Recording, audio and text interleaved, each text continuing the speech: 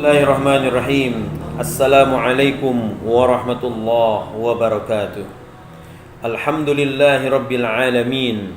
Wassalatu wassalamu ala rasulillah an-nabiyil karim wa ala alihi wa sahbihi ajma'in. Segala puji hanya milik Allah Rabbul Alamin. Salawat dan salam semoga tetap tercurah kepada Rasulullah sallallahu alaihi wasallam, kepada para pengikutnya sampai hari kiamat. Hadirin yang dimuliakan oleh Allah, mari kita lanjutkan kisah Nabi Musa yang termaktub di dalam Al-Quran. Kemarin kita bicara tentang masa lalu Nabi Musa, Musa kecil, kemudian masa remaja, masa pemuda, di mana Nabi Musa harus berlari dari kejaran Fir'aun karena Nabi Musa membunuh salah seorang dari keluarga Mesir. Kemudian Nabi Musa kembali kepada negara Mesir. Kemudian dalam perjalanan pulang, Nabi Musa menerima wahyu di puncak Bukit Tua. Di sana Nabi Musa menerima Taurat sebagai bekal untuk apa yang dibicarakan kepada Fir'aun, sehingga merasa mantap bahwa ada bekal untuk Fir'aun ketika terjadi argumentasi, ketika terjadi harus berdialog kepada Fir'aun. Bekal-bekal itu dititipkan oleh Allah dan Nabi Musa menjadi Rasul setelah menerima wahyu di puncak Bukit Tua. Kemudian nomor duanya, bahwa Nabi Musa diberikan suatu senjata ataupun mukjizat, suatu kekuatan di mana Nabi Musa harus memiliki kekuatan itu ketika harus berhadap-hadapan dengan Fir'aun, sang raja yang begitu sangat bengis, zalim, dan juga sombong. Hadirin yang dimuliakan, rupanya babak yang sekarang, episode sekarang merupakan puncak dari episode-episode yang sebelumnya, karena pada episode ini akan ada kisah bagaimana Nabi Musa harus berkonfrontasi menghadapi Fir'aun di dalam istana Fir'aun. Hadirin yang dimuliakan oleh Allah Subhanahu wa taala, wa idh nada rabbuka Musa ani'til qaumadz zalimin. Dan ketika Rabbuka, Tuhanmu, menyeru, "Hei Musa, ani'til qaumadz zalimin, datangilah kaum yang zalim itu." Qaum Fir'aun, yaitu kaum Fir'aun. Ala yattaqun, kenapa mereka tidak bertakwa kepada Allah Subhanahu wa taala? Ma'asyiral muslimin rahimakumullah. Kemudian ayat ini berlanjut dari ayat ke ayat ke ayat berikutnya, dialog-dialog antara Nabi Musa dengan Allah, yang pada akhirnya Nabi Musa meminta ditemani oleh Harun. Kalla fadhhaba biayatina, berangkatlah kalian berdua, biayatina, dengan tanda-tanda kebesaranku. Inna ma'akum mustami'un, sesungguhnya aku akan senantiasa menemani kalian dan mendengar apa yang menjadi aduan-aduan kalian. Hadirin yang dimuliakan, kemudian Musa pun berangkat menuju Fir'aun, dan setelah berhadap-hadapan dengan Fir'aun, ada dua yang diminta oleh Musa. Yang pertama, Nabi Musa mengatakan kepada Fir'aun, "Inna rasula rabbil alamin." Kami berdua adalah Rasul Allah, Rasul yang diutus dari Rabbil Alamin, dari Allah penguasa alam. Seorang Bani Israel yang diperbudak, tetapi Nabi Musa datang kepada Fir'aun sebagai utusan dari raja yang menguasai alam semesta, termasuk yang menguasai istana Fir'aun, dan termasuk yang menguasai diri Musa, mengembalikan status dirinya. Lalu Fir'aun pun mengatakan kepada Musa, "Alam nurabbika fina walida." Hei Musa, bukankah engkau pernah menjadi anak angkat aku? Walabithta fina min umrika sinina, bukankah engkau pernah mengalami hidup bersama kami bertahun-tahun di sini sebagai anak angkat? Kamu pernah makan, kamu pernah aku bina, kamu pernah aku didik, kamu pernah aku berikan kasih sayang. Kenapa engkau sekarang datang kepadaku dengan sebuah perintah dan perintah? Itulah yang dikatakan oleh Fir'aun untuk menjebak segala argumentasi Nabi Musa. Kemudian Fir'aun pun mengatakan kembali, "Hei Musa, wa fa'alta fa'lataka allati fa'alta wa anta minal kafirin. Musa, bukankah kamu berlari dari kejaran aku karena kamu pernah membunuh salah seorang di antara kami, dan sekarang kamu datang ke sini dengan menyuruh kami. Sesungguhnya kamu mempunyai dua kelemahan. Sesungguhnya kamu memiliki dua titik di mana kami bisa saja menangkap kamu. Ma'asyiral muslimin rahimakumullah. Di situ Nabi Musa mestinya sudah terjebak. Tetapi kembali lagi Nabi Musa untuk mengembalikan kepercayaan dirinya. Lalu Nabi Musa tidak peduli dengan apa yang dikatakan Fir'aun. Lalu Nabi Musa pun berkata kepada Fir'aun, "Hei Fir'aun, sesungguhnya aku memang telah pernah hidup bersama kamu di sini dan engkau pernah membina aku, memberikan makan kepadaku dan memberikan segala fasilitas kepadaku. Itu karena engkau telah memperbudak Bani Israel." Di sini Fir'aun menjadi terjebak. Kenapa? Karena Fir'aun merasa bahwa dirinya telah memperbudak Bani Israel bertahun-tahun, lebih dari hitungan tahun dibanding dengan hidupnya Nabi Musa berada di dalam istana. Maka kekalahan argumentasi ini membuat Fir'aun keluar dari zona tersebut. Lalu Fir'aun mengatakan kepada Nabi Musa, "Qala Fir'aunu wa ma rabbul alamin." Hai Musa, siapakah Rabbul Alamin itu? Hadirin yang dimuliakan, nampaknya di sini Nabi Musa mendapatkan angin. Lalu kemudian Nabi Musa pun berbicara panjang lebar tentang Rabbul Alamin. Tentu saja yang berbicara di sini bukannya Nabi Musa. Yang berbicara di sini adalah Nabi Harun. Tetapi kenapa Fir'aun terus-terusan mengatakan kepada Musa? Karena Fir'aun tahu sesungguhnya Musa adalah yang melakukan ini semua, sementara sementara Nabi Harun hanya sebatas juru bicara. Hadirin yang dimuliakan oleh Allah Subhanahu wa taala, kemudian Nabi Musa pun menerangkan tentang Rabbul Alamin. Rabbus samawati wal ard, dialah Allah yang menguasai langit. Dialah Allah yang menguasai bumi, wa ma bainahuma, dan menguasai apa yang ada di dalam keduanya, termasuk istanamu, termasuk para prajuritmu, termasuk menguasai dirimu. In kuntum muqinin, seandainya kamu mau beriman, seandainya kamu meyakininya. Kemudian Fir'aun pun menjawab dengan bahasa tubuh yang sinis, berkata kepada para pejabat negerinya, waqala Fir'aun liman haulahu, kepada orang-orang yang ada di sekitarnya, ala tastami'un, wahai para pejabat negeri, tidakkah kamu mendengar apa yang dikatakan oleh Musa, yang dikatakan oleh Harun? Ma'asyiral muslimin rahimakumullah. Kemudian ketika kekalahan argumentasi ini yang dialami oleh Fir'aun ini menjadi sebuah kebuntuan, maka Fir'aun pun mengatakan kepada para pejabat-pejabat waktu itu, dia mengatakan, qala inna rasulakumul ladzi ursila ilaikum la majnun, sesungguhnya utusan yang diutus kepadamu adalah seorang yang gila. Artinya Fir'aun kehilangan argumentasi, kehilangan logika, buntu pemikiran ketika harus berhadapan dengan Nabi Musa, sehingga kebuntuan itu membuat Fir'aun mengatakan bahwa Musa adalah seorang yang gila. Apakah Nabi Musa terpengaruh? Tidak.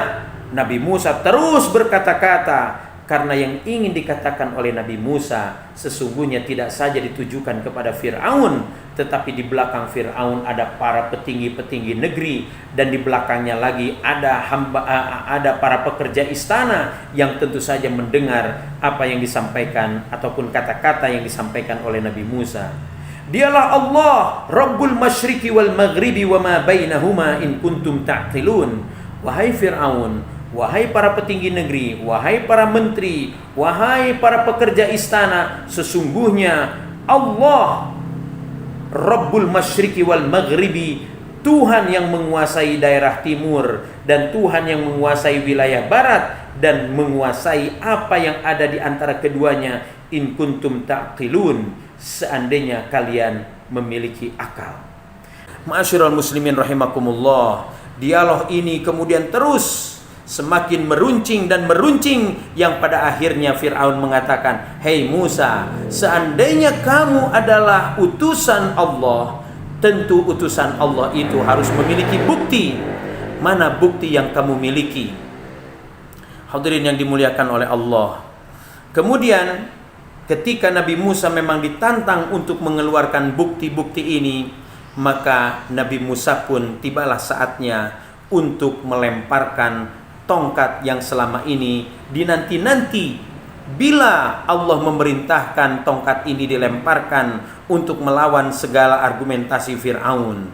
Hadirin yang dimuliakan oleh Allah. Kemudian pertanyaan itu pun datang, apa bukti kerasulan kamu wahai Musa? Kemudian Musa pun melemparkan tongkatnya. Tiba-tiba tongkat itu menjadi ular yang begitu sangat besar, yang menakutkan, sehingga Fir'aun pun terlari. Kemudian para penggawa-penggawa istana pun berlarian karena adanya ular yang begitu besar yang merubah wujud dari tongkat menjadi seekor ular. Kemudian Musa pun mengambilnya ular tersebut dan berubah kembali menjadi tongkat. Hadirin yang dimuliakan, lalu Nabi Musa pun memasukkan tangannya ke dalam saku dan kemudian tiba-tiba keluar cahaya dari telapak tangannya. Dua mukjizat ini ditampilkan kepada Fir'aun dalam akhir sebuah dialog yang panjang yang membuat Fir'aun lagi-lagi terkalahkan. Yang pertama, terkalahkan secara argumentatif, terkalahkan secara logika. Kemudian sekarang Fir'aun berlari-lari dan membuat keributan di dalam istana karena tiba-tiba tongkat Nabi Musa berubah menjadi seekor ular dan kemudian tangannya mengeluarkan cahaya. Hadirin yang dimuliakan oleh Allah, bukankah pada episode sebelumnya kita pernah berbicara bahwa Nabi Musa ketika berada di puncak bukit tua, Nabi Musa ketika berubah tongkat itu menjadi ular, Nabi Musa pun ketakutan. Kemudian kata Allah, "Janganlah takut wahai Musa, peganglah kembali itu ular." Begitu disentuh berubah menjadi tongkat kembali. Bayangkan ma'asyiral muslimin, seandainya tongkat jadi ular itu tanpa ada pengetahuan Nabi Musa, tanpa ada latihan di atas puncak bukit tua, tentu bukan saja Fir'aun yang ketakutan, bahkan mungkin Nabi Musa pun ketakutan. Karena bagaimana mungkin sebatang tongkat di tangan bisa berubah menjadi ular. Tapi begitulah adanya.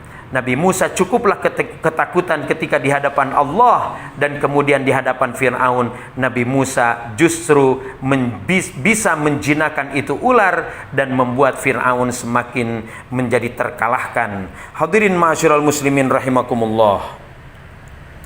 Mari kita lanjutkan cerita Nabi Musa ini. Setelah ular yang membuat kehebohan di istana berubah menjadi tongkat dan sekarang sedang berada di genggaman Nabi Musa, kemudian Fir'aun berbincang-bincang dengan para petinggi yang kemudian memunculkan sebuah kesepakatan bahwa apa yang sedang dilakukan oleh Musa, pertama, Musa adalah orang gila. Yang kedua, Musa adalah tukang sihir yang ingin menghancurkan Fir'aun, yang ingin merebut kekuasaan Fir'aun dan menghancurkan istananya. Maka apa yang dilakukan oleh Fir'aun dan dimunculkan kesepakatan dari obrolan-obrolan tersebut? Kemudian Fir'aun menantang Nabi Musa untuk mengadu kekuatan. Karena Fir'aun akan mengumpulkan seluruh pesihir-pesihir, jago-jago sihir di negeri Mesir untuk menghadapi Fir'aun, dan disepakatilah hari di mana mereka akan bertanding dan lokasi di mana mereka akan mengadu kekuatan. Ma'asyiral muslimin rahimakumullah. pada hari yang telah disepakati, Nabi Musa meminta kepada Fir'aun sesuai dengan permintaan yang awal.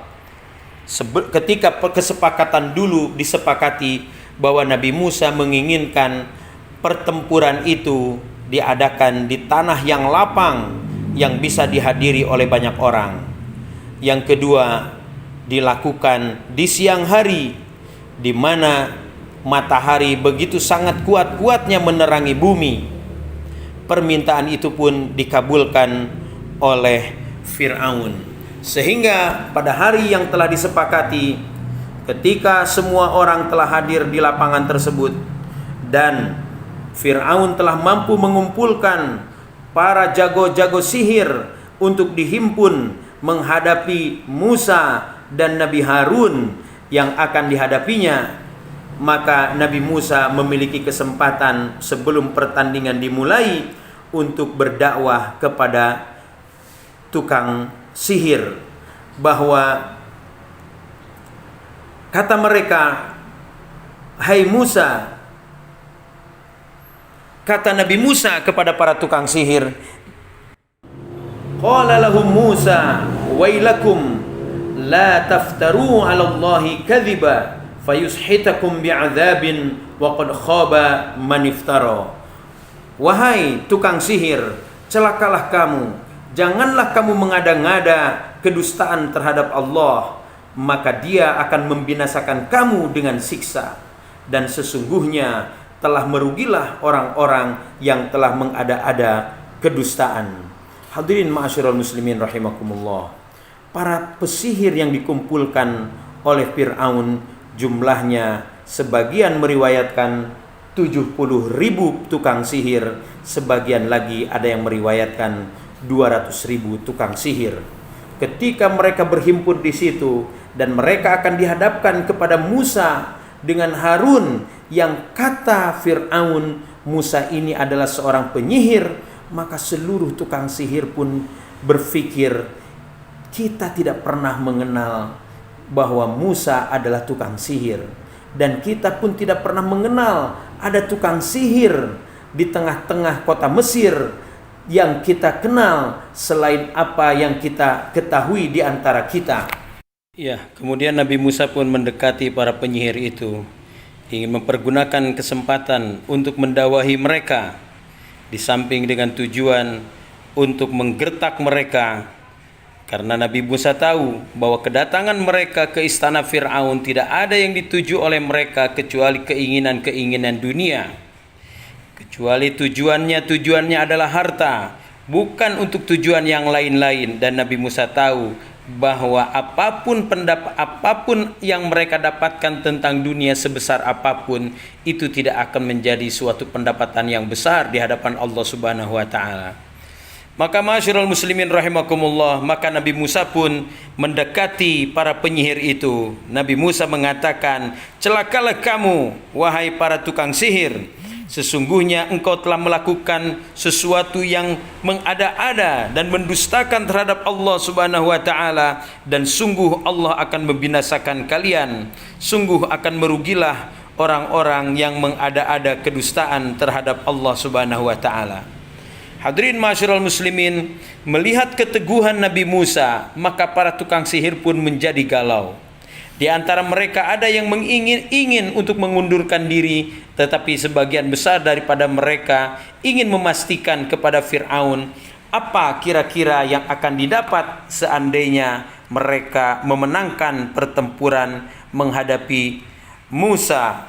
Maka mendekatilah salah seorang di antara mereka, wajah as-saharatu Fir'auna, kemudian para penyihir pun datang kepada Fir'aun. Qalu, seraya mereka berkata, inna lana la ajran in kunna nahnul ghalibin. Apa sesungguhnya yang akan engkau janjikan kepada kami seandainya kami akan mendapatkan kemenangan? Qala, kemudian Fir'aun pun berkata, na'am, benar, engkau akan mendapatkan hadiah. Wa innakum laminal muqarrabin, dan sungguh engkau akan mendapatkan posisi dekat dengan aku, kata Fir'aun. Ma'asyiral muslimin rahimakumullah. ketika mereka sudah mendapatkan janji bahwa mereka akan mendapatkan hadiah, bahwa mereka akan dijadikan orang-orang yang terdekat Fir'aun, kemudian tukang sihir pun menawarkan kepada Musa, qala, wahai Musa, qalu ya Musa, imma an tulqiya wa imma an nakuna minal mulqin. Apakah Anda yang akan memperlihatkan sihirmu wahai Musa, ataukah kami yang akan memperlihatkan sihir terlebih dahulu? Hadirin ma'asyiral muslimin rahimakumullah, ketika mereka merasa percaya diri dengan apa yang dijanjikan oleh Fir'aun, sementara di tepi yang lain bahwa Musa merasa bahwa Tuhan, bahwa Allah akan senantiasa menemani Musa, maka kedua kubu pun semakin memastikan kemenangan kedua-duanya. Sehingga ketika para penyihir meminta Musa untuk mendatangkan sihir terlebih dahulu, justru Musa yang menantang mereka untuk memberikan tampilan sihirnya terlebih dahulu. Qala alqu, kata Nabi Musa, lemparkanlah terlebih dahulu. Falamma alqau, ketika mereka telah melemparkan segala yang mereka miliki, baik itu tambang-tambang, tali-tali, tongkat-tongkat, saharu a'yunan nas, menyihir pandangan mata orang-orang yang sedang melihat, wastarhabahum, dan membuat Nabi Musa menjadi ketakutan, waja'u bisihrin yaminika, lemparkan apa yang ada di tangan kananmu, talqafu ma sana'u, maka tiba-tiba menjadi seekor ular yang begitu besar, talqafu ma sana'u, memangsa apa-apa yang selama ini mereka tampilkan sebagai tampilan sihirnya. Maka ular-ular yang asalnya berubah dari tambang-tambang, berubah dari tongkat, berubah dari tali, kemudian dimakan oleh ularnya Nabi Musa. Innama sana'u kaida sahirin wala yuflihu sahiru haitsu ata. Sesungguhnya mereka sedang memperdaya pandangan manusia, dan sesungguhnya tidak akan beruntung orang-orang penyihir itu apapun yang mereka datangkan. Hadirin yang dimuliakan oleh Allah, para tukang sihir sebetulnya di antara mereka ada yang mengundurkan diri karena mereka tahu bahwa Musa bukanlah seorang penyihir. Siapapun penyihir di negeri Mesir tentunya mereka akan saling mengenal. Tetapi tiba-tiba ada penyihir baru yang bernama Musa, lalu mampu menantang mereka, maka sebagian mereka ada yang ragu-ragu untuk ikut dalam pertandingan itu. Hadirin yang dimuliakan, maka ketika orang yang ragu-ragu itu memulai untuk bersujud kepada Nabi Musa, faulqiya saharatu sujada, kemudian sebagian daripada mereka itu ada yang bersujud kepada Nabi Musa karena terkagum-kagum dengan apa yang ditampilkan oleh Nabi Musa, dan mereka tahu bahwa apa yang ditampilkan oleh Musa dan Harun ini bukanlah perilaku sihir. Maka orang-orang yang dalam hatinya ada keraguan-raguan itu maka sujud kepada Nabi Musa. Faulqiya saharatu sujada, lalu para penyihir-penyihir yang lain pun ikut bersujud kepada Nabi Musa. Qalu amanna bi rabbi Haruna wa Musa, mereka percaya kepada apa yang diimani oleh Nabi Harun dan apa yang diimani oleh Nabi Musa. Ma'asyiral muslimin rahimakumullah, melihat kejadian seperti itu, tentu saja Fir'aun tidak tinggal diam. Fir'aun melompat dari singgasananya, kemudian marah kepada para tukang sihir. Amantum lahu qablan an adzana lakum, apakah kalian beriman kepada apa yang dimiliki oleh Musa qabla an adzana lakum, sebelum kalian diizinkan oleh aku? Innahu lakabirukumul ladzi 'allamakumus sihra, sesungguhnya Musa lah yang mempengaruhi kamu. Fala uqatti'anna aydiyakum wa arjulakum min khilaf, sungguh aku akan mematahkan dan akan memotong tangan kamu dan kaki kamu secara bersilangan. Wala usallibannakum, dan aku akan menyalib kalian fi judhu'in nakhl, di batang-batang pohon kurma. Wala ta'lamunna ayyuna asyaddu adzaba wa abqa, maka kalian akan tahu siapa yang lebih siksanya, siapa yang lebih pedih siksanya, Tuhan Musakah atau akukah yang lebih pedih dalam menyiksa kalian. Tetapi ma'asyiral muslimin rahimakumullah, para penyihir ini tidak bergeming, sangat luar biasa. apa yang ada di dalam hati mereka, begitu keimanan yang kokoh, sehingga apapun yang diancamkan oleh Fir'aun kepada mereka, bahwa mereka akan diputus secara bersilang tangan dan kaki, kemudian mereka diancam untuk disalib, tidak membuat mereka mundur dari apa yang mereka yakini.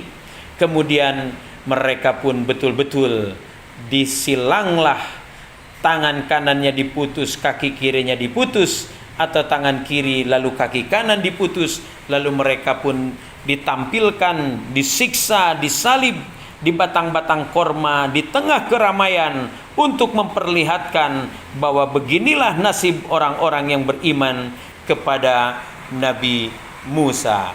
Masyarul muslimin rahimakumullah, itulah judul yang saya tampilkan pagi hari mereka sebagai tukang sihir, tetapi di sore hari mereka menjadi para syuhada. Di pagi hari mereka bertempur melawan Musa, tetapi di sore hari dia beriman kepada Nabi Musa. Begitulah adanya hadirin yang dimuliakan oleh Allah, bahwa apa yang ada dalam benak Fir'aun lagi-lagi mendapatkan kekalahan dan kekalahan. Maka sekarang tibalah kemurkaan Fir'aun kepada seluruh yang ada yang menonton apa yang sedang terjadi pada waktu itu.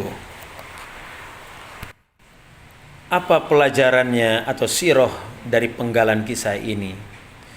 Pelajarannya adalah waqul ja'al haqqu wa zahaqal batil.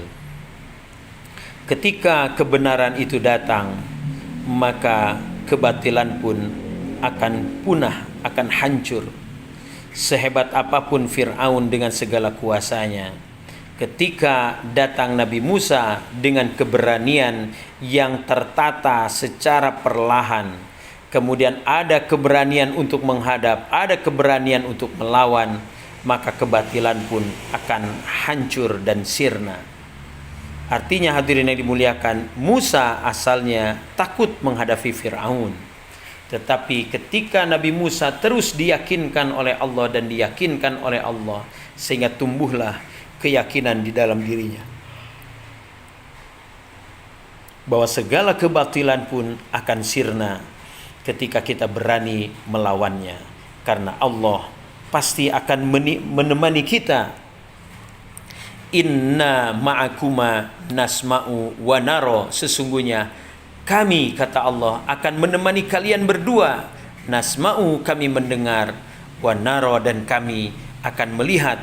Dan itu yang terjadi. Setiap tahap dan demi tahap selalu Allah kawal, selalu Allah bimbing kapan Nabi Musa harus melempar tongkat, kapan Nabi Musa harus berargumentasi. Semuanya oleh Allah Subhanahu wa taala ditemani, dan Fir'aun pun mendapatkan kekalahan berkali-kali dan bertubi-tubi. Dari sekian babak yang kita ceritakan, selalu kekalahan ada di pihak Fir'aun.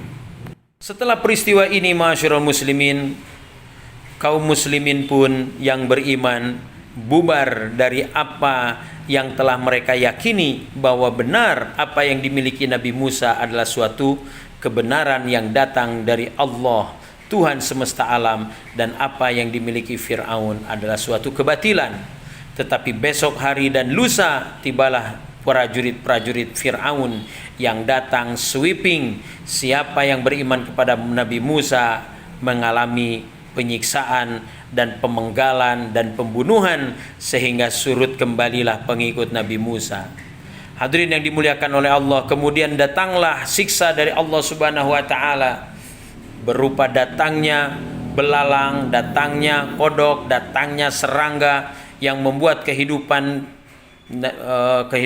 warga Mesir menjadi sangat dimiskinkan oleh Allah Subhanahu wa taala terhadap bencana demi bencana. Tetapi mereka tidak juga tobat dan kembali kepada agama Nabi Musa, sehingga hadirin yang dimuliakan, Allah Subhanahu wa taala memerintahkan kepada Nabi Musa untuk membawa Bani Israel keluar dari negeri Mesir dengan cara yang telah diwahyukan kepada Nabi Musa. Pada suatu malam, Nabi Musa pun berangkat meninggalkan kota Mesir, dan seluruh Bani Israel dibawa oleh Nabi Musa. Mereka yang keluar sebagai pembantu rumah tangga keluar, bukan hanya keluar dari rumah, tetapi membawa serta perhiasan-perhiasan yang bisa diambil. Kemudian yang bekerja di pabrik-pabrik, yang bekerja di lahan-lahan pekerjaannya, keluar dari tempat pekerjaan mereka dan rampaslah apa yang bisa dirampas, karena sesungguhnya mereka telah bekerja bertahun-tahun dan mereka tidak mendapatkan upah dan gaji yang layak, sehingga ambillah segala apa yang bisa diambil. Maka keluarlah Nabi Musa dengan Bani Israel yang bisa dibawa, berlari pada malam hari dari kota Mesir. Karena mereka keluar dengan seluruh ibu, seluruh anak-anak, orang-orang tua, harta benda semua dibawa, sehingga perjalanan mereka begitu sangat perlahan menuju ke daratan Palestina, harus melewati Laut Merah yang begitu luas. Perjalanan dimulai dari malam hari, terus bergerak dengan segala kerepotan, karena ada yang membawa anak kecil dan ada yang membawa orang tua dewasa dan udah sepuh. Belum lagi mereka harus memikul barang-barang mereka, sehingga perjalanan pun di pagi hari diketahui dan terkejar oleh pasukan Fir'aun yang mengejarnya.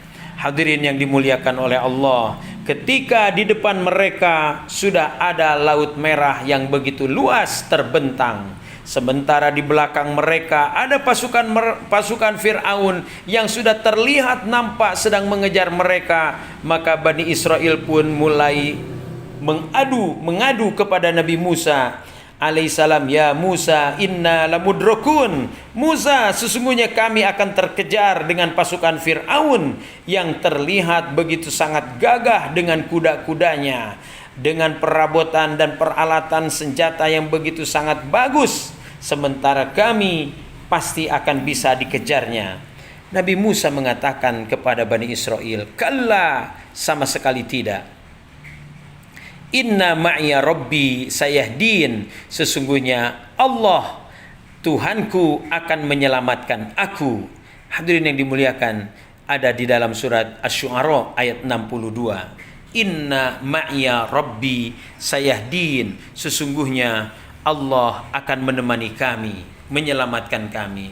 Disinilah ma'asyiral muslimin perbedaan antara Nabi Muhammad dengan Nabi Musa.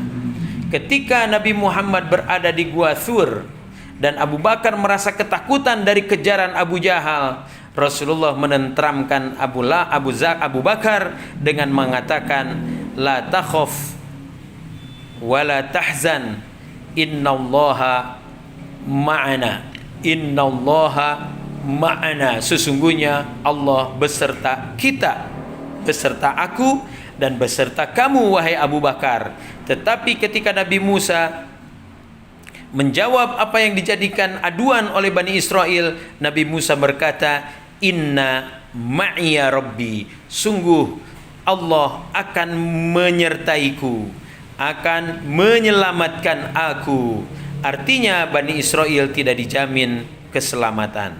Maka hadirin yang dimuliakan, ketika suasana semakin genting dan ketika jarak antara pasukan Fir'aun dengan Bani Israel yang dibawa Nabi Musa sudah semakin dekat, maka Nabi Musa pun berkata kepada maka Allah pun berkata kepada Nabi Musa, idrib bi'asokal bahra, pukullah lautan itu dengan tongkatmu. Maka begitu laut pun dipukul, maka terbelahlah laut itu atas izin Allah.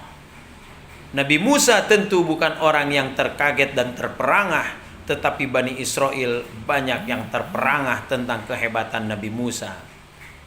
Maka semakin yakinlah tentang kenabian Nabi Musa, maka mereka pun mulai melalui tanah yang kosong, yang terbelah antara dua tebing laut yang menjulang tinggi. Masyarul muslimin rahimakumullah. Kemudian pasukan ini pun berlari di tengah lautan yang mengering di tengah-tengahnya, terus berlari. Kemudian tiba giliran pasukan Fir'aun. Pasukan Fir'aun merasa ragu-ragu, apakah dia akan terus menuruni itu lembah yang terbuat dari belahan laut, atau mereka akan berhenti di tepi pantai. Tetapi kemudian Fir'aun semakin menjadi marah ketika pasukan yang gagah berani dengan jumlah yang begitu besar, dengan kuda-kuda yang begitu tangkas menjadi ragu-ragu untuk masuk ke dalam laut, maka Fir'aun pun melesat dari arah belakang untuk mendahului mereka dan masuk ke dalam lautan itu, dan serta-merta prajurit-prajurit pun lebur masuk bersama-sama dengan Fir'aun ke dalam lautan. Hadirin yang dimuliakan oleh Allah, tiba di sebelah sana, Nabi Musa pun memukulkan tongkatnya kembali, sehingga tongkat itu pun membuat lautan menutup dan membuat Fir'aun dengan bala tentaranya terhimpit. Dua tebing laut yang begitu sangat tinggi menjulang menghimpit pasukan Fir'aun. Dengan kudanya, dengan segala senjatanya dihimpit. Ada yang mati seketika, ada yang berusaha untuk selamat dan berusaha untuk berenang, dan termasuk Fir'aun. Fir'aun adalah orang yang terus berusaha. Dibuat oleh Allah, Fir'aun ini memiliki kemampuan untuk bisa bertahan hidup lebih lama di dalam lautan, sampai pada akhirnya ini Fir'aun pun kehabisan tenaga dan kehabisan kemampuan untuk keluar, sehingga Fir'aun pun tenggelam. Dan di dalam tenggelamnya itu Fir'aun sempat meneriakkan kata-kata amantu annahu la ilaha illalladzi amanat bihi banu Israel. Aku beriman kepada Tuhan yang tidak berhak disembah, alladzi amanat bihi banu Israel, yang disembah oleh Bani Israel. Tentu saja ini sebuah pertobatan yang sangat terlambat. Ma'asyiral muslimin, al-ana wa qad asaita qabla an kunta mufsidin. Apakah sekarang baru kamu percaya, padahal sesungguhnya kamu telah durhaka sejak dahulu dan kamu termasuk orang-orang yang berbuat kerusakan. Ma'asyiral muslimin rahimakumullah, kematian Fir'aun ini bukan saja kematian yang sangat misterius. Kenapa dibilang misterius? Karena ternyata jenazah Fir'aun ditemukan oleh para arkeolog, dan sekarang jenazah Fir'aun itu masih ada dan tetap ada karena terbungkus dengan mumi, dengan terbungkus dengan balsam yang bisa membuat jasad Fir'aun ini bisa diabadikan. Kenapa bisa diabadikan sementara yang dibalsam yang lain-lainnya hancur? Ini tentu saja tidak terlepas dari kehendak Allah Subhanahu wa taala, ketika Allah mengatakan di dalam surat Yunus ayat 92, "Fal yauma nunajjika bibadanika walitakuna liman khalfaka ayah." Demikianlah aku akan abadikan jasadmu wahai Fir'aun, bibadanika, jasadmu, liyakuna liman khalfaka ayah, agar menjadi pelajaran bagi orang-orang yang datang belakangan. Hadirin yang dimuliakan oleh Allah, itulah akhir daripada kehidupan Fir'aun, dan mudah-mudahan apa yang saya sampaikan ada manfaatnya. Mudah-mudahan kita bisa dipertemukan kembali pada saat-saat yang akan datang. Mungkin ada yang masih tersisa tetapi masih terlampau panjang untuk dilanjutkan. Apa yang pelajaran berikutnya adalah bahwa Bani Israel ini adalah orang yang tidak mudah untuk diberikan amanah. Berulang kali Nabi Musa berjanji dengan Bani Israel, berulang kali pula Nabi Musa dikhianati. Bahkan ketika harus harus menyampaikan tentang akhir kehidupan Nabi Musa, bahwa di saat bumi Palestina itu sudah terlihat, Bani Israel yang semula sudah berjanji akan masuk kepada bumi Palestina, dan di saat Baitul Maqdis itu nampak, Nabi Musa meminta kepada Bani Israel untuk memasukinya. Udkhulul baba sujada, masuklah kepada pintu Baitul Maqdis itu secara sujud. Kemudian mereka tidak mau bersujud, tetapi mereka masuk dengan cara-cara membangkang. Maka kemudian mereka pun dibuat tersesat di padang yang bernama Padang Tih selama 40 tahun. Kemudian ketika mereka bertobat dan ketika mereka mau memasuki Baitul Maqdis, lain lagi mereka mengatakan, ya Musa, lan nadkhulaha abada, kami tidak akan masuk selamanya. Kenapa? Inna fiha qauman jabbarin, karena Baitul Maqdis itu dijaga oleh tentara-tentara jabbarin. Padahal mereka belum tentu mereka tahu bahwa kerajaan ataupun tentara yang menjaga Baitul Maqdis ini adalah tentara-tentara yang perkasa. Mereka hanya melihatnya dari kejauhan. Kenapa? Karena mereka memiliki sifat pengecut. Sifat pengecut inilah, ma'asyiral muslimin, selemah apapun ataupun sekuat apapun seseorang, bila telah melihat bahwa musuhnya lebih hebat, maka dia pun akan menjadi pengecut.